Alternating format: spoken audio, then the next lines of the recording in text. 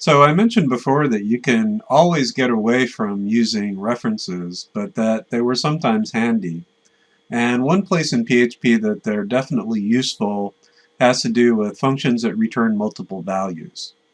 So I'm going to go ahead and create another file, PHP, and I'll call this function refs for references.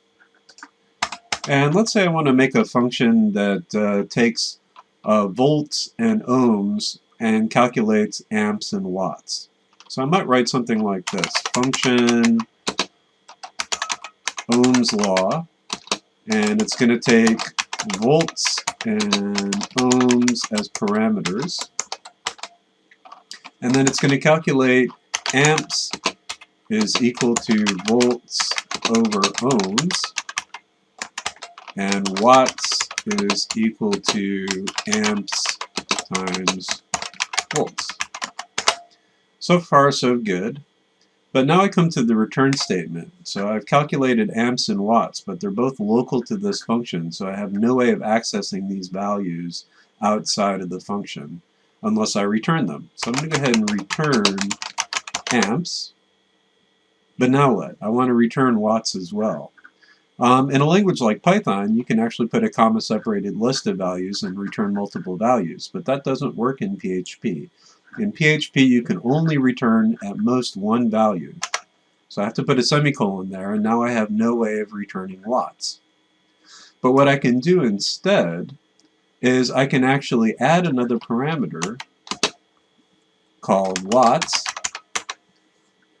and now when I set the value of watts, it changes the value of this parameter. But this doesn't quite do what I want to do either, because watts is going to be completely forgotten when I exit this function. The scope of watts is local scope, so it only exists when this function exists as well. So how do I get around it? How do I make the change to watts be accessible outside of this function? Well, we saw with references that you can actually create an alias, and now watts is actually a reference to whatever it is I'm passing in. So when I change the value of watts, it's going to change the thing that I'm aliasing here, and so the new value will be available outside the function. Let's see how this works. So I'm going to go ahead and I'm going to set my amps equal to Ohm's law, and I'm going to pass in 4.2 volts and 0.3 ohms, and I'm also going to pass in a new variable called my watts. So what this is going to do is it's going to create a variable, because I'm accessing it here, and then it's going to create a reference to that variable called watts inside of the function, so that this watts in here is actually pointing at the same location in memory as this variable is here. So I can access the value of my watts out here, and it will be whatever I set it to in here. It's essentially like returning two separate values. So let's go ahead and try it. I'm going to echo amps is my amps, and watts is my watts.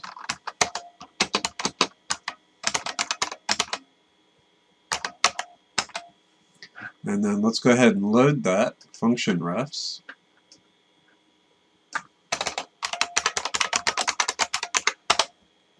And it actually worked. So I have a value returned for amps and a value returned for watts. Now what you'll see sometimes is rather than returning one of the values and using a reference parameter for the other, you might see something like this. So I'm going to make both amps and watts be reference parameters, like so. And then instead of returning one of the values, I'm going to return a status. So let's go ahead and check if $ohms is equal to 0, then I'm going to return false to indicate that the call failed, because I can't divide by 0. Else, I'll go ahead and calculate amps and watts. Since they're reference parameters, I change the result, change the values, and then I'm going to return true to indicate that the function call worked. So I'm returning a status and returning the two values I set through reference parameters. And then the code to use this is going to look something like this. I'll pass in my amps and my watts, and I'll create another value called success, and then I'll say if success, then I'm going to output that, else I'm going to output an error message.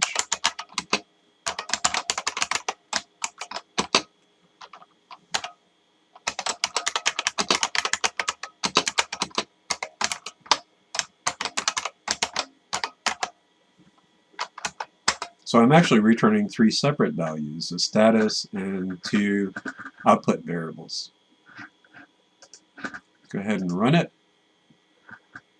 My amps on line 22. Oh, I misspelled amps.